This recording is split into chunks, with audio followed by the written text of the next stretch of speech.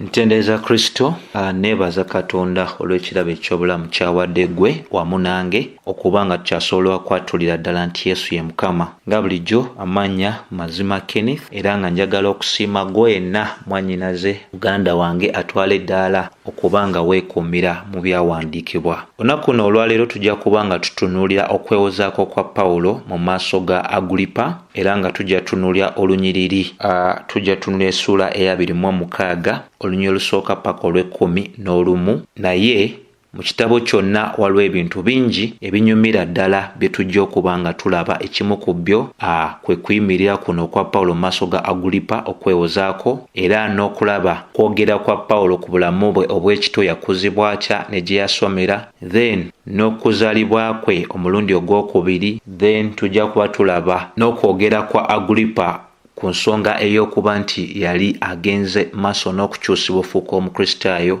Wamu ate era Pawulo ng'ayogera ne ku nsonga ey'engeri gy'afunamu obutume bwe n'okwanukula kwe okw'obukkakkamu n'obwetoowaze eri Fesuto eyamuyita omulalu olw'okusoma kwe okungi ennyo. So tujja tandika nga tusoma lunyiriri ku lunyiriri nga bwe tulunnyonnyola nga bwe tukoze mu masomo gonna. So tutandika olusooka lutandika lugamba nti Agulipa n'agamba Pawulo nti okkirizibwa okwoza ensonga zo. Awo Pawulo n'alyoka agolola omukono n'awoza nti.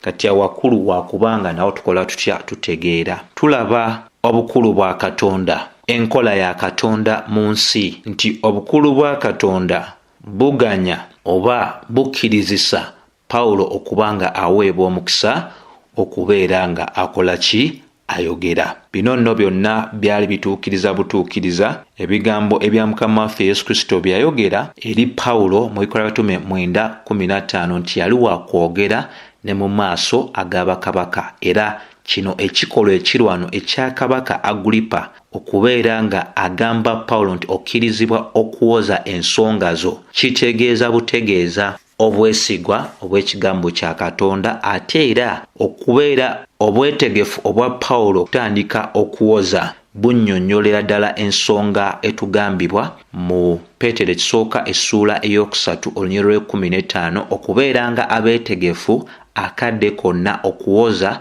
n'okuwaayo ensonga eya lwaki tukkiriza nga bwe tukkiriza naye okuba nga tukikola mu bukkakkamu. Kubanga tulina okujjukira obulungi nti kaakano Fesuto takyayogera, ali okwogera ye Agulipa. Fesuto gwe yali yanoonya, gwe yali yeegayirira nga bwe twala mu ssuula ya 25 okubeera nga amuyambako okuba nga azuula kiki kyennyini kyali asobola okufuna awandiikire mukama we ku nsonga y'omusibe ono Pawulo. So Pawulo atandika okweyogerako mu maaso ga Agulipa mu masekkati g'okuba nti emikono gye gyali gisibiddwa enjegere, era nga bw'omanyi Bayibuli etulaga mu Lwokumeka mu 2:9 Pawulo yategeeza Pawulo n'agamba nti nandisabye Katonda olw'okusendasenda okutono oba okunene, si ggwe wekka era naye ne bano abampulira leero okufuuka nga nze awatali kusibwa kuno. So yeewozaako mu masekkati g'emikono gye okuba nga gyagikoze gitya? Gyali gisibiddwa. Bw'osoma olwokubiri n'olwokusatu lutulaga nti bye navunaanibwa Abayudaaya bano Kabaka Agulipa neesiimye kubanga ngenda okubiwoza leero w'oli, era okusinga kubanga omanyi empisa n'ebyasuubizibwa byonna ebiri mu Bayudaaya. Kyenva nkwegayirira ongumiikirize okumpulira. Kati waneeno Pawulo tulina ate kye tumuyigirako. Atandika nga yeeyanjula mu bukkakkamu obw'ekitalo, alaga okussaamu ekitiibwa okw'amaanyi eri kabaka ono eyali atudde awo muwuliriza wamu n'abaami abakulu okwo nga kw'otadde n'abakungu ab'omu kibuga. Pawulo akadde kano teyakatwala nga akadde akaali ak'okuyisaamu amaaso oba ak'olubalaato, wabula kaali kadde kakulu nnyo gy'ali. Ensonga lwaki yatandika nga agamba nti yali munnamukisa nnyo okwogera eri kabaka ono eyali alina ky'amanyi ku ebyo ebyasuubizibwa mu Bayudaaya n'engeri z'Abayudaaya zonna obufunze nga Pawulo kyali otegeeza nti Agripa yali si muwere mu nsonga ezaali zigenda mu maaso, wabula yalina obusobozi obusobola okuba nga ategeerera ddala ensonga ate era n'okusalirawo ddala okusalawo ku nsonga eyo. So kino nakyo kikulu eri ffe ffenna abakristaayo nti omuntu ne bw'abeera nga si mulokole naye nga olina okwogera gy'ali, ogwanidde omuntu oyo mussaamu ekitiibwa, ewagwanidde okubeera nga oyogera mu mbeera ey'okusiima omuntu oyo ku ekyo ekirungi ky'omumanyiko. Si kibi okukyogerako, si kibi okukola ki? Okukyogerako, naye ekyo tekitegeeza tolina kwekiriranya ng'obuuliramu oli amalungi. Olwokuna kale empisa zange okuva mu buto ezaasooka okubeeranga mu ggwanga lyaffe ne mu Yerusaalemi, Abayudaaya bonna bazimanyi. Kati wano nawe wakkulu akutegeera Pawulo alaga mu maaso ga kabaka n'abaami abakulu n'abakungu engeri gy'afunamu okusoma kwe olubereberye mu ggwanga lye ne mu Isirayiri. Alaga nti obuyigirize bwe bwali tebukontana n'amateeka nga ffenna bwe tumanyidde ddala Bikola Batume essula eya 22 olwokusatu. Pawulo mwanywereza ddala n'alaga nti yatuula era yayigirizibwa okuva ku bigere ebya Gamalyeri, bonna gwe baali bamanyi ng'era bassaamu ekitiibwa. Olwokutaano agamba nti abantegeera okusooka edda singa baagala okutegeeza bwe neegenderezanga mu kitundu ekisinga obuzibu eky'eddiini yaffe nembeera mufalisaayo, ekyo nakyo n'akikaatiriza. Pawulo alaga kubanga Abayudaaya bano baali bamumanyi bulungi, yali tasobola kubeera nga alimba eribbo. Ekitegeeza nti mu bano mwalimu n'abo abaali bamumanyi oba bye yali amanyi bwe yali ayimiridde. Akozesa omukisa guno ogw'okugamba kubanga baali bamutegeera bulungi. Ne Kabaka Agripa ateekwa okuba nga omwami ono yali yamuwulirako nga bw'aba akoze okunoonyereza, kuba Pawulo yali watutumu nnyo. Pawulo abasaba bw'abasobola baveeyo bawe obujulizi ku nsonga eno gy'ali agenda maaso n'okulambika, oba tekyali kituufu nti yali kitundu ku nzikiriza eyo eyali enzibu nnyo ey'eddiini yaabwe, mu kuba nti yalina muki?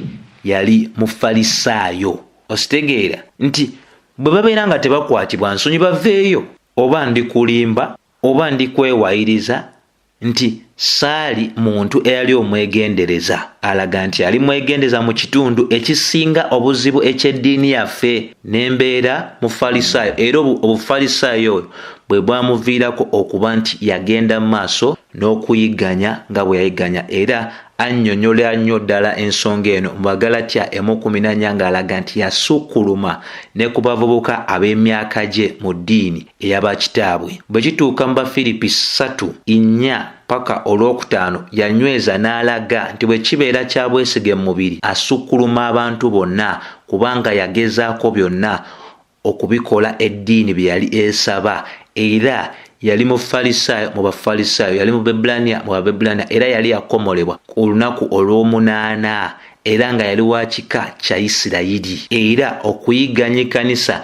yali namige. So mu bufunze kyali alaga mu maaso ga kabaka nti yali yagondera ebiragiro byonna n'ensomesa ez'ekifalisaayo nga mwazingiramu n'embeera ey'okuyiganya abo abaali bawabye. Olw'omukaaga paka olw'omunaana Bayibuli etulaga nti kaakano nyimiridde okusalirwa omusango olw'essuubi Katonda lyasuubiza bajjajjaffe, kuluka kutegeera lye baasuubira okutuukako ebika byaffe 12 nga banyiikira okuweerezanga Katonda emisana n'ekiro. Olw'essuubi eryo kabaka Abayudaaya kyebavudde bampawaabira. Pawulo awa ensonga lwaki Abayudaaya baali bamuwaabira. Alaga nti ensonga enkulu yali yassuubi Katonda lyasuubiza bajjajja baabwe, era ng'alaga nti olw'okusuubira okwo ate ebika 12 bye baalina ensonga lwaki baaweerezanga Katonda emisana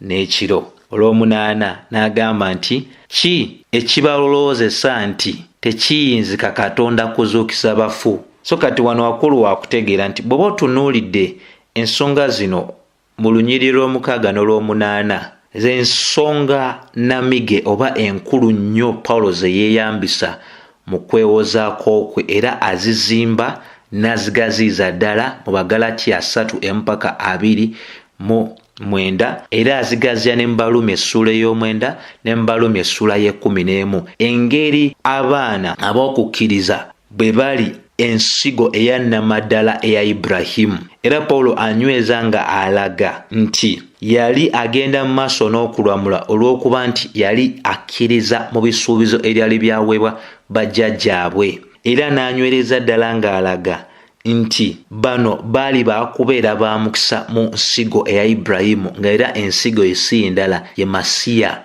Pawulo anyweza ng'alaga nti bino byonna byali byatuukirizibwa mu kujja okwa Mukama waffe Yesu Kristo, era byakakasiza ddala nti byali byakutuukirizwa oba byatuukirizwa okuyita mu kuzuukira okwa Mukama waffe Yesu Kristo. Ensonga Abayudaaya gye baawakanya nga bawakana okuzuukira, ng'era baali bagamba baali balindirira Masiya omulala. Naye ng'ate ezo ezimu ku nsonga Pawulo zali yanyweza edda nga bwe twala mu kusoma kwaffe mu ssuula ezaali embereberye mu ssuula 13 olwa-32 paka olwa-33 ne mu Baluumi 15:8 olaga nti Yesu Mukama waffe bwe yajja okuweereza eri abakomole okutuukiriza ebisuubizo ebyali byaweebwa bajjajja oba bataata bakola ebika 12. So mu Lwomusanvu alaga nti lye baasuubira okutuukako ebika byaffe 12 nga banyiikira okuweereza Katonda emisana n'ekiro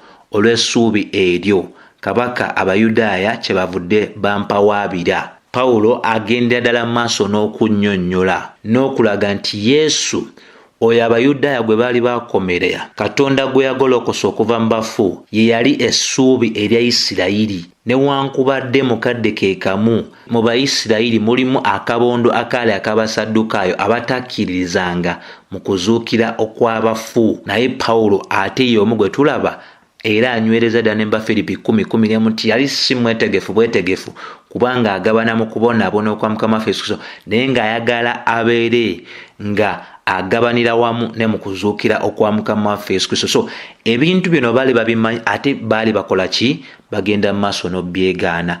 Abafalisaayo bakkiriza mu kuzuukira, Abasaddukaayo bakuwakanya, naye bonna wamu baali beerabiridde ddala ebintu bino ebisuubizo ebya baleeteranga okuweerezanga Katonda emisana n'ekiro nga bamusaba nga bamwegayirira ekisuubizo kino okutuukizwa. N'ate ekisuubizo bwe kyajja era atuukiriza byonna Katonda bye yali yasuubiza Kristo bwe yajja, ate baasalawo mukomerera ate bawakanya okuzuukira kwe. So nakyo kikulu kyakubanga kyogerwako nti waliwo ensomesa eziraga nti waliwo ebika 10 ebyabula, naye okusinziira ku bino bye tusomye, Pawulo nga ali wansi w'amaanyi ag'Omwoyo Omutukuvu alagira ddala nti teri bika byabula. Kyolina otegeera nti Katonda waffe amanyi ebintu byonna, amanyidde ddala nti tewaliwo kika kyonna kyabula. Ne ku Bikkulwa essuula ya 21 paka olw'12 enywereza ddala, era ne Pawulo yennyini mu kuyiga kwe oba mu kumanya kwe oba mu theologiya we temwali mu theologiya agamba oba wenzikiriza egamba nti ebika 10 byabula. So waliwo abantu bangi nga tebayigiriziddwa bulungi okuva mu byawandiikibwa ne bamaliriza nga boogera ebintu batakola ki, bye batalinako mutwe na magulu oba bye batategeerera ddala buki bulungi. So Pawulo kyava alaga nti yali awawaabiddwa Abayudaaya olw'okubuulira okuzuukira kuno, kubanga kwali kusonga ku ssuubi eryo bajjajjaabwe lye baali balindiridde. Kyava mu Lwomunaana ayitirira nga tayitirira kwabo bokka Abasaddukaayo abaali batudde omwo abaali tebakkiriza mu kuzuukira, naye ono nga bwe nakulaga mu buulizi wa Njiri ate temukwasa ki? Temukwasa nsonyi. Yali akuba ku njuyi zonna, omwo nga mwozingidde kabaka, mwozingidde Berenike, mwozingidde abaami abakulu, abakungu mu kibuga n'abalala bonna. Kyava babuuza kiki ekibalowoozesa nti tekiyinzika Katonda kuzuukiza bafu? Abaliko kubanga okubuulira kwange kwa kuzuukira, lwaki temukkiriza nti Katonda asobola ozuukiza abafu?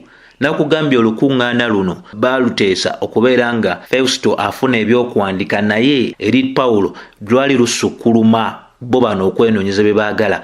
Wano Katonda ayina kyali ayisaawo okuyita mu mutume Pawulo, era Pawulo yali ali ku Njiri nga gyanywereza ddala. Kulu nnyo bino byakutegeera. Pawulo waneeno alinganga agamba nti basajja kiki ekigenda maaso? Lwaki mukisanga nga kizibu nnyo oba nti tekisoboka okukkiriza nti Katonda asobola okugolokosa abafu. Mufunze Pawulo yali nga ali ku njuyi zonna azinyigiriza ku kisenge wali mumpe ensonga lwaki temukkiriza mukuzu ti Katonda asobola ozuukiza abafu, kubanga omulimu ogw'okutonda ensi eno bwe bukakafu nti Katonda lubereberyeemu paka 2 bwe bukakafu obulaga nti Katonda alina obusobozi obugaba obulamu, kubanga Katonda waffe akira mu maanyi, akira ne mu magezi. Barumi 4:17 yaleeta ekyo ekitaliiwo n'agabire n'aleeta obulamu mu ekyo ekiringanga ekitaliiwo. Yokaana 12:24 n'ebintu bye tulya, ensigo zetusimba mu ttaka zisooka kufa ate nezifuna obulamu. Konna konna kunnyonnyola kwa kuzuukira. Bakolinso 15:36 enyweza ensonga y'emu. Bayibuli etwaga mu Samwiri ekisooka 2:6 paka 7 nti alina amaanyi n'obusobozi obutta ate era obugaba obulamu. Kati Pawulo ababuuza kiki? Ensonga y'emu gye tujjukira mu bitundu ebya Athens, Pawulo bwe yali mu bitundu ebyo nti yagenda mu maaso n'okuba nga anyweza ensonga y'okuzuukira eri bafilosofe nga balaga nti Katonda agenda kulamula abantu bonna. Bemba nga mulina okubuusabuusa ku nsonga y'okuzuukira, omuntu agenda okuba nga atulamula ye yafa ku lw'ebibi byaffe, ate yo y'omu eyazuukira agenda okulamula abalamu n'abafu. Kino kikutegeeza nti ensonga y'okuzuukira kuva dda bbanga ddene nnyo ebadde ewakanyizibwa. Kyekyawula Obukristaayo ku nzikiriza zonna eziri mu nsi ez'obulimba nti ffeffekka abakkiriza ti Katonda alina amaanyi agatonda ate era n'agawa obulamu.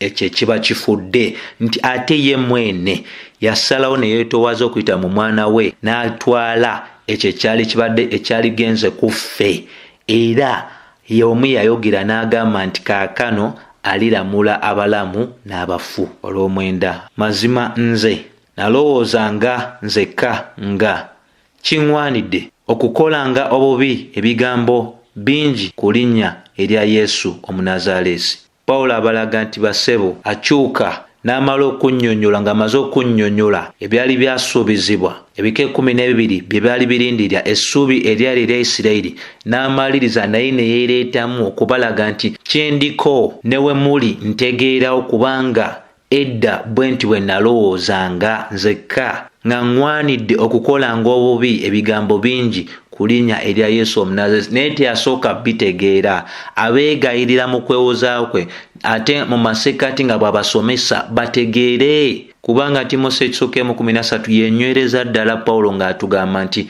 edda yali muyigganya, yakola ebyensonyi bingi, yayigganya n'akola byonna byakola, naye yabikola mu butamanya, naye yasaasirwa.